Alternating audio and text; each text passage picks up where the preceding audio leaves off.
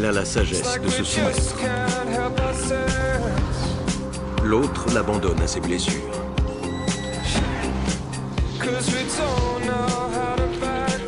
Elle a de la chance d'avoir eu la vie sauve. Si elle avait été un mâle, il l'aurait sans doute tuée.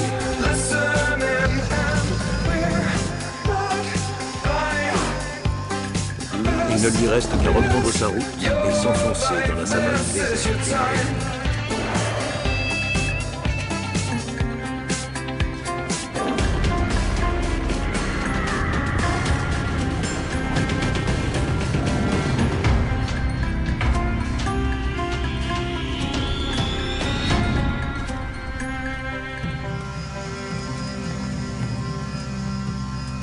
La discrétion est primordiale pour celui qui doit tuer pour vivre.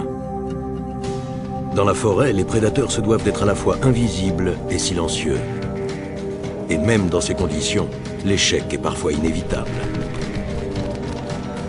Soudain, devant elle, notre planète est recouverte de divers types de forêts. L'une d'elles est particulièrement inhospitalière. Le lac attire une foule de bêtes à plumes et à poils venues de kilomètres à la ronde. Cette jeune tigresse du Bengale étouffe sous le soleil indien. Il fait 45 degrés.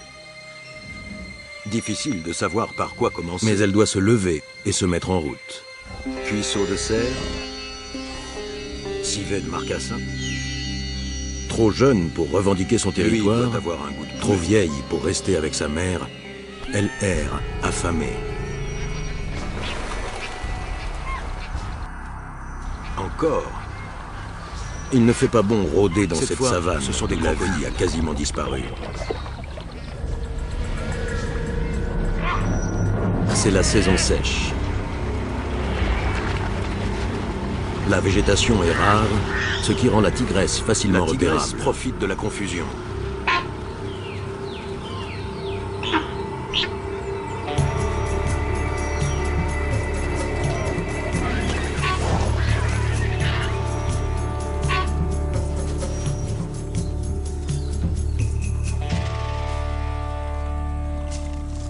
Elle ne tarde pas à faire une rencontre inespérée. Un vrai repas.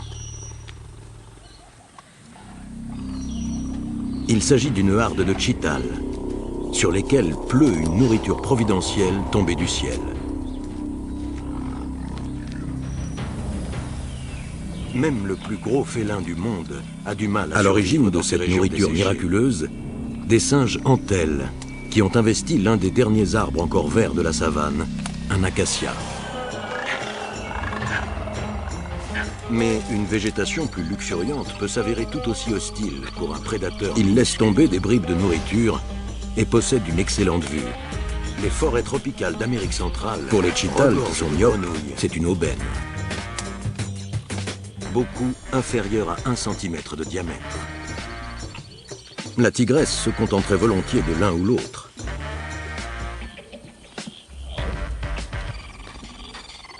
Il y en a des centaines d'espèces. Et chacune est un prédateur féroce. Sa seule chance, une discrétion totale. Elles mangent à peu près tout ce qu'elles sont capables de gober.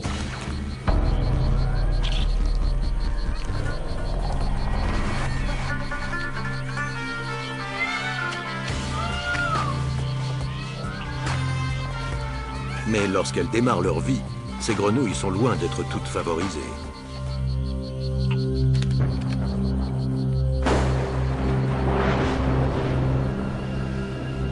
Mais avant qu'elles n'aient pu bondir, la plupart des mères pondent leurs œufs et les abandonnent. Tout tombe à l'eau.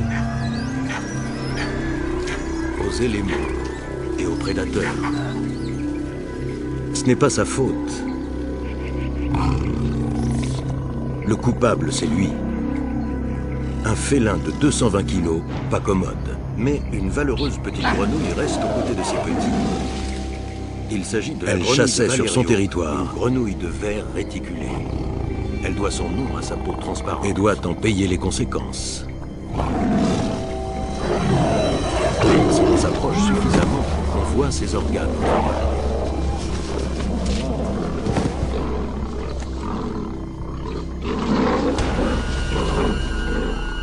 La mère n'est nulle part en vue. Elle a la sagesse de se soumettre. Qui s'occupe de tout et qui garde la couvée 24 heures. L'autre l'abandonne à ses blessures.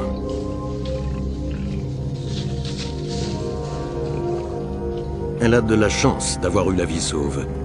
Si elle avait été un mâle, la nuit, il l'aurait sans doute tué. Il les œufs au contact de sa peau pour éviter qu'ils ne dessèchent. Il ne lui reste qu'à reprendre sa route et s'enfoncer dans la savane déserte et aride.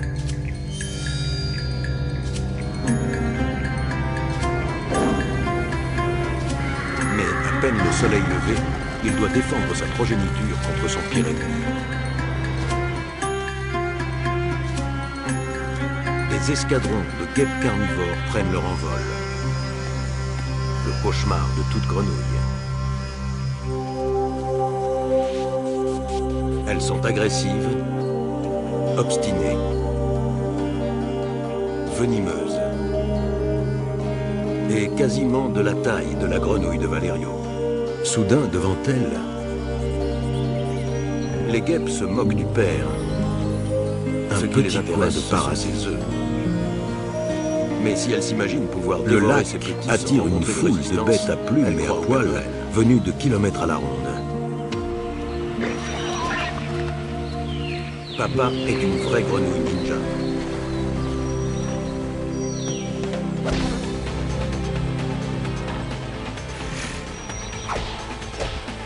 Difficile de savoir par quoi commencer. Cuisseau de cerf, civet de marcassin. Lui doit avoir un goût de poulet.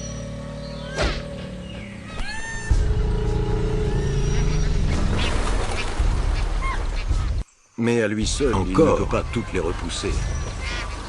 Cette fois, ce sont des crocodiles. Certaines guêpes parviennent jusqu'aux œufs. Sauf que, confrontés à un grand danger, les bébés grenouilles ont une stratégie de survie bien particulière.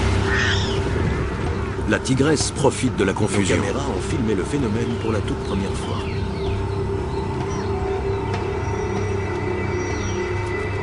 Certains embryons éclosent prématurément et prennent la poudre d'escampette.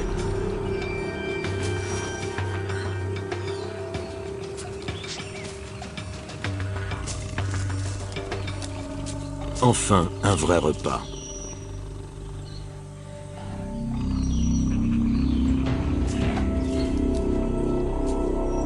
Et même si un seul tétard échappe au massacre, l'héroïsme du père n'aura pas été en vain.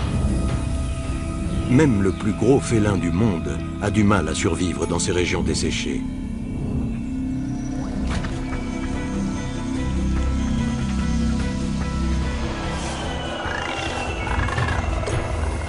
Mais une végétation plus luxuriante peut s'avérer tout aussi hostile pour un prédateur minuscule.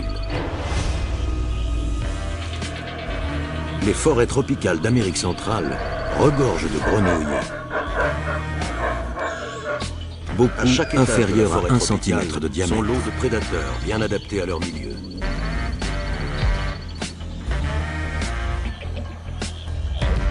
Mais à plus de 30 mètres de haut, il y en a des centaines d'espèces. Et chacune est un prédateur féroce. Prenez cette impétueuse princesse retenue prisonnière. Elle mange à peu près tout ce qu'elles sont capables de gober. Cette aiglonne, une jeune harpie féroce, est bloquée au sommet d'un des plus grands arbres de la forêt, le quipo. Mais lorsqu'elles démarrent leur vie, ces grenouilles sont loin d'être toutes favorisées. Et elles pèsent pas moins de 9 kilos. Elle est quasiment arrivée au terme de sa croissance, à l'exception d'une chose. La plupart des mères pondent leurs œufs et les abandonnent. Elle ne peut donc pas aux éléments et aux prédateurs.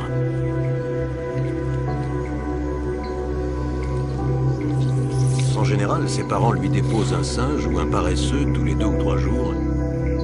Mais elle ne les a pas vus depuis une valeureuse petite grenouille reste aux côtés de ses petits. Elle commence à désespérer. Il s'agit de la grenouille de Valerio, ou grenouille de verre réticulée. Elle doit son nom à sa peau transparente. Le nid empeste de vieux débris de carcasses. Si l'on s'approche suffisamment, on voit ses organes au travail.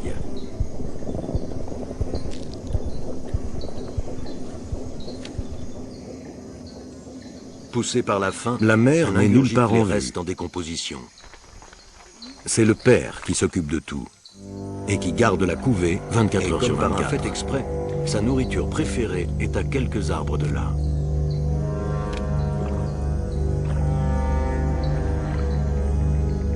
Ce paresseux, la nuit, il humidifie les œufs au contact de sa peau pour éviter qu'ils ne dessèchent.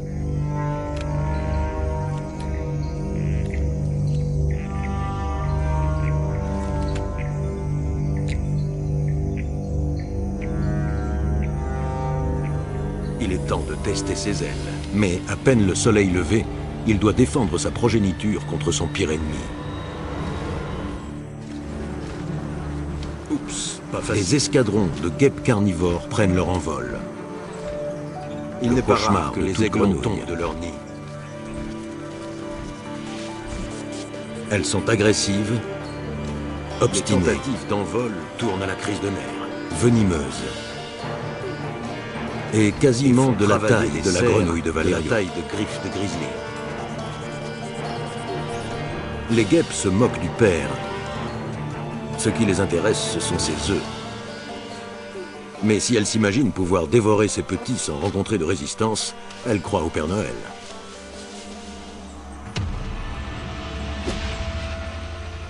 Papa est une vraie grenouille ninja.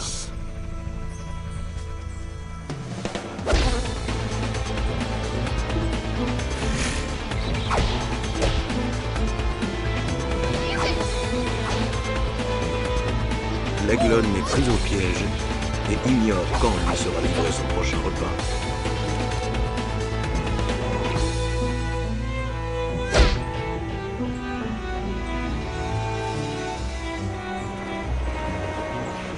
Mais à lui seul, il ne peut pas toutes les repousser. Certaines guêpes parviennent jusqu'aux œufs. Sauf que, confrontés à un grand danger, les bébés grenouilles ont une stratégie de survie bien particulière. La mer. Nos caméras ont filmé le phénomène pour la toute première fois. Plus loin dans la forêt, certains embryons éclosent prématurément et prennent la poudre d'escampette. Il n'a pas vu qu'une harpie, poussée par l'instinct maternel, avait pris son envol.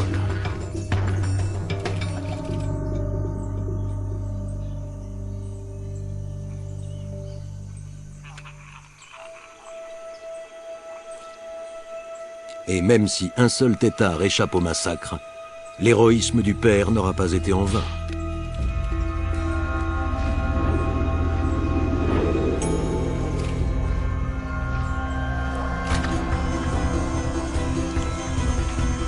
Les paresseux peuvent vivre jusqu'à 20 ans. Celui-ci ne les atteindra pas.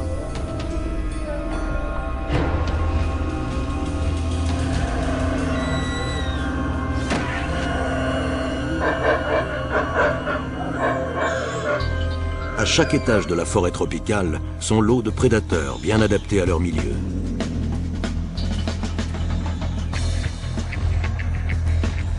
Mais à plus de 30 mètres de haut, d'envergure, la vie peut ne tenir qu'à un fil. Transporte sa proie avec une aisance et une habileté étonnantes. Prenez cette impétueuse princesse retenue prisonnière dans sa tour. Rien d'autre n'y parviendra. Cette aiglonne, une jeune harpie féroce, est bloquée au sommet d'un des plus grands arbres de la forêt, le quipo, enfin de la viande fraîche.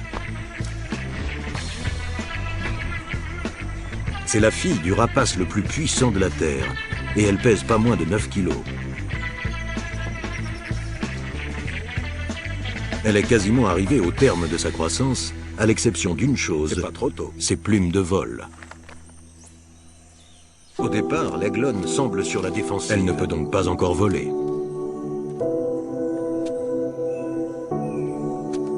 Mais sa mère parvient à la rassurer.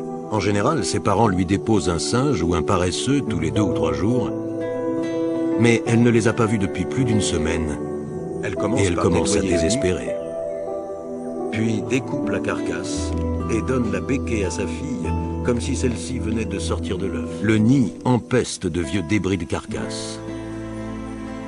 Les piqûres d'insectes sont une torture permanente. N'élèvent qu'un aiglon tous les 2 ou 3 ans.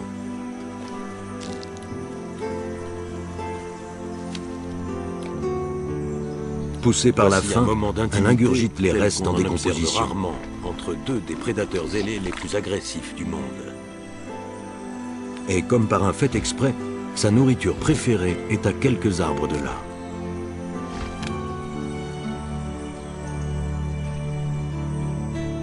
Ce paresseux se déplace à 1,5 mètre par minute. De quoi la faire saliver. Si la canopée est le royaume des harpies féroces, d'autres chasseurs sans ailes ni pattes prospèrent en contrebas dans le dédale de la forêt tropicale. Il est temps de tester ses ailes.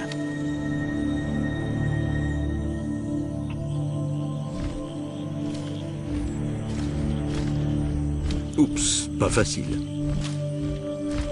Quasiment invisible sur un tapis de feuilles, il n'est pas rare que les aiglons tombent de leur nid, attend sans bouger depuis des semaines.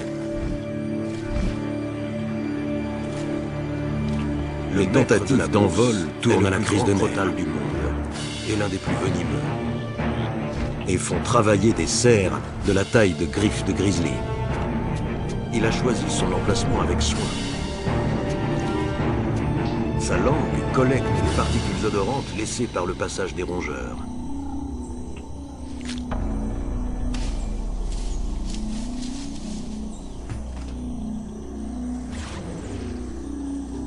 Il restera posté aussi longtemps qu'il faudra.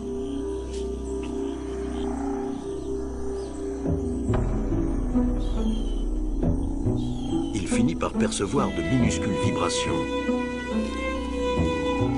L'aiglon est pris au piège et ignore quand lui sera livré son prochain repas. Ses cavités nasales détectent la présence de chaleur corporelle.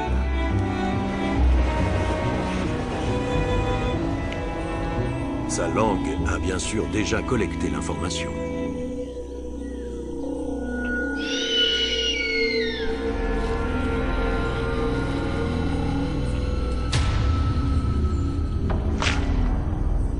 La mer.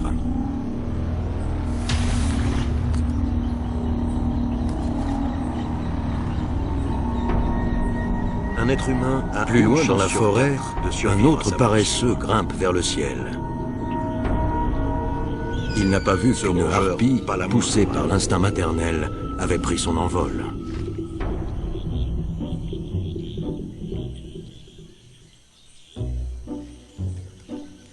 Commençant toujours par la tête, il fait glisser l'animal en direction de son œsophage,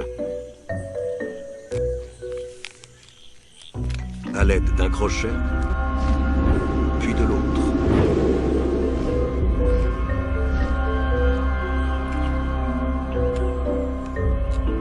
Les paresseux peuvent vivre jusqu'à 20 ans.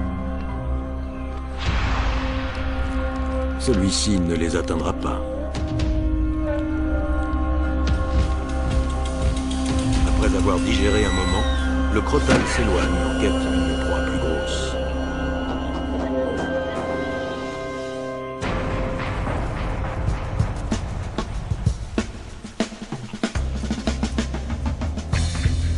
Le maître de la brousse a en tête une carte de la forêt. Avec ses 2 mètres d'envergure, la mère harpie transporte sa proie avec une aisance et une habileté étonnantes.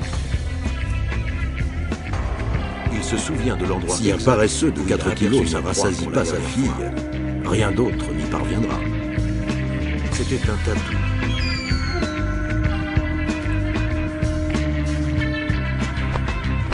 Enfin de la viande fraîche. Il se moque de sa chair. Il veut simplement lui demander l'asile.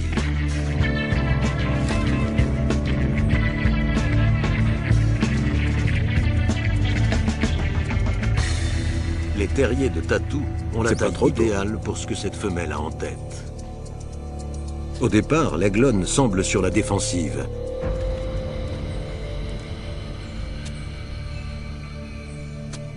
Mais sa mère parvient à la rassurer. À l'abri dans sa tanière, elle va pondre une douzaine d'œufs.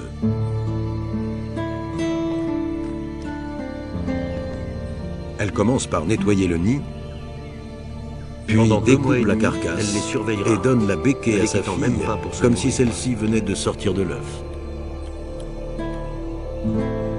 Mais lorsque les œufs commencent à éclore, elle est les harpies féroces n'élèvent qu'un aiglon tous les 2 ou 3 ans.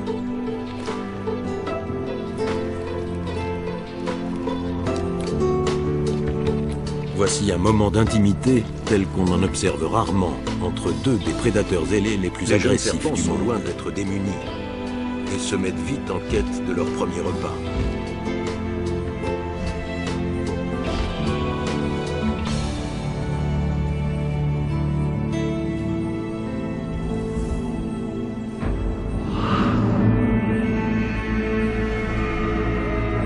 Si la canopée est le royaume des harpies féroces, est aussi sombre et menaçante que les créatures de ces contes et légendes. D'autres chasseurs sans ailes ni pattes prospèrent en contrebas dans le dédale de la forêt tropicale.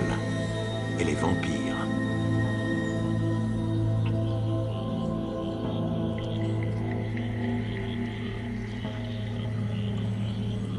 Mais la plus sanguinaire, quasiment invisible sur un tapis de feuilles, un serpent mortel attend sans bouger depuis des semaines. La belette d'Europe a un problème. Le maître de la brousse est le plus grand crotale du monde et l'un des plus venimeux. Son prédateur n'a pas de bouton off. Avec seulement 13 cm, il a choisi son emplacement avec soin. Elle appartient à la famille des castors. Sa langue collecte les particules odorantes laissées par le passage des rongeurs. Ne vous laissez pas attendrir par sa frimousse. Elle a un métabolisme tellement rapide qu'elle a besoin de manger un tiers de son poids par jour. Soit il restera posté aussi longtemps qu'il faudra.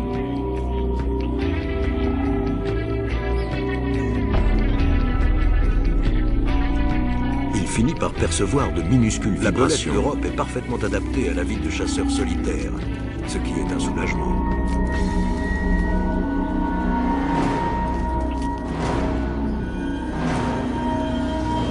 Ses cavités nasales détectent la présence de chaleur corporelle.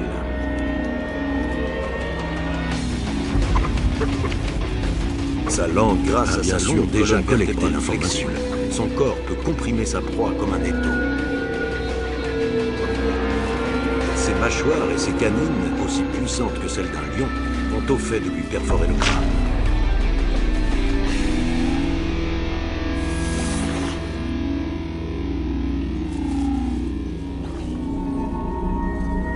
Un être humain a une chance sur 4 de survivre à sa morsure. La belette ne s'arrête que pour lui aspirer la cervelle, l'équivalent pour elle d'une barre énergétique. Pas le temps de manger le reste pour l'instant. Un besoin compulsif. Commençant toujours par la tête à repartir. Il fait glisser l'animal en direction de son œsophage. À l'aide d'un crochet, puis de l'autre.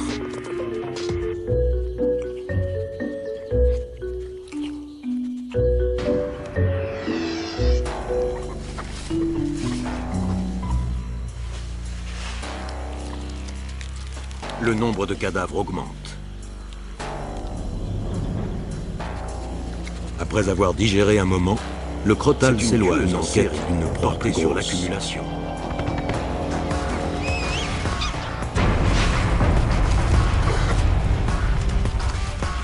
Et elle tue à peu près tout ce qui bouge. Le maître de la brousse a en tête une carte de la forêt étonnamment précise.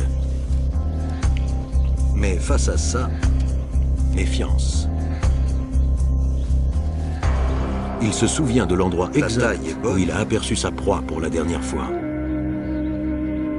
Mais les couleurs, c'était un tatou. Cette salamandre sécrète des neurotoxines. Il se moque de sa chair. Il veut simplement lui demander l'asile. En la voyant, les souris détalent.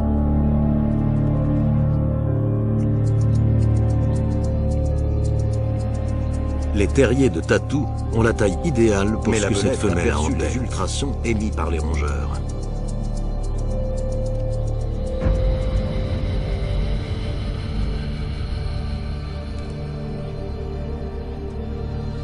À l'abri dans sa tanière, elle va pondre une douzaine d'œufs. Et du moment que la tête passe, le corps suit. Pendant 2 mois et demi, elle les surveillera, ne les quittant même pas pour se nourrir. Mais lorsque les œufs commencent à éclore, elle est déjà partie. Pas même la plus complète obscurité. Son nez et ses oreilles y voient parfaitement clair.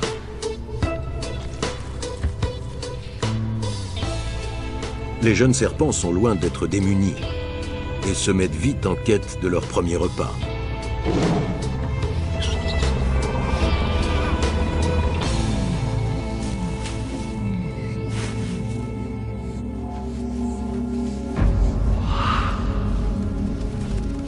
Seuls les plus rapides et les plus chanceux s'enfuient. La forêt de Transylvanie est aussi sombre et menaçante que les créatures de ces contes et légendes. Les loups-garous et les vampires. Mais la belette n'est pas à une proie près. Certaines d'entre elles vont jusqu'à stocker plus de 50 mais la plus sanguinaire d'entre elles n'a rien d'un mythe. La belette d'Europe a un problème. Partage son territoire insatiable de tuer, plus vorace qu'elle. Son programme prédateur n'a pas de bouton off.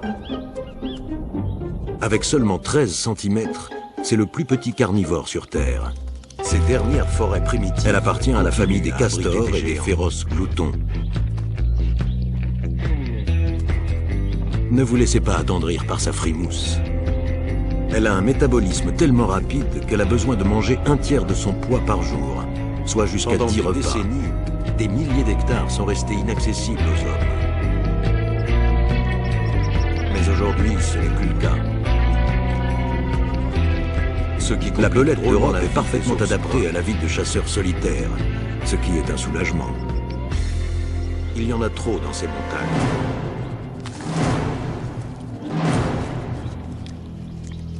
Des ours en surnombre et des ressources qui s'amenuisent sont synonymes de conflit. Grâce à sa longue colonne vertébrale flexible, son corps peut comprimer sa proie comme un étau. Ses mâchoires et ses canines, aussi puissantes que celles d'un lion, ont au fait de lui perforer le crâne.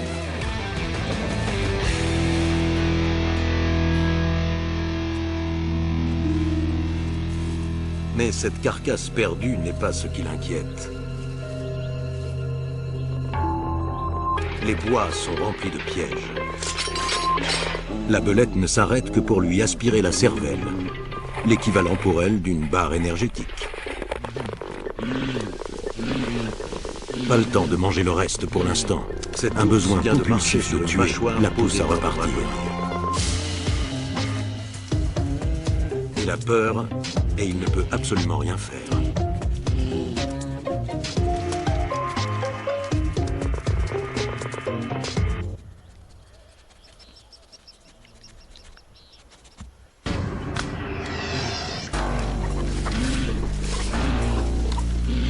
Mais ces hommes ne sont pas là pour l'achever.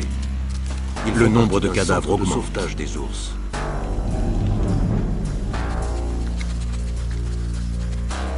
C'est une tueuse en série portée sur l'accumulation.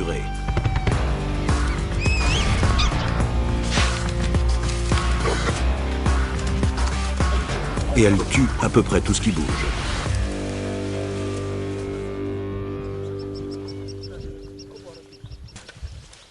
Il vérifie face à ça, les signes vitaux et soigne ses blessures.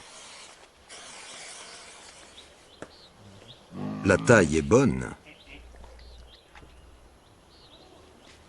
mais les couleurs, pas du tout.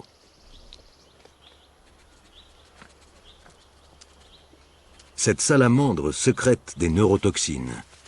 À son réveil, L'ours est tout sauf reconnaissant. En la voyant, les souris détalent.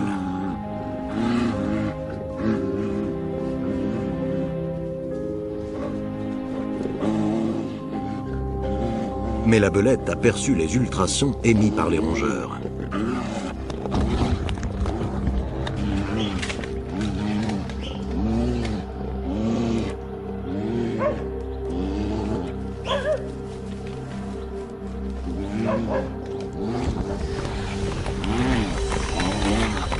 Et du moment que la tête passe, le corps suit.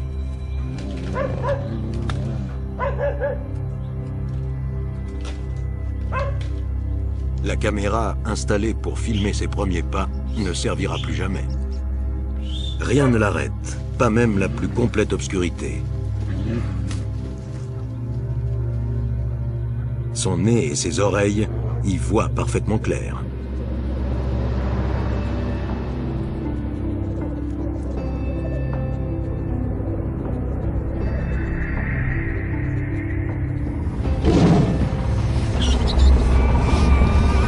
Sur le sol de la forêt, les fourmis s'agitent dans tous les sens.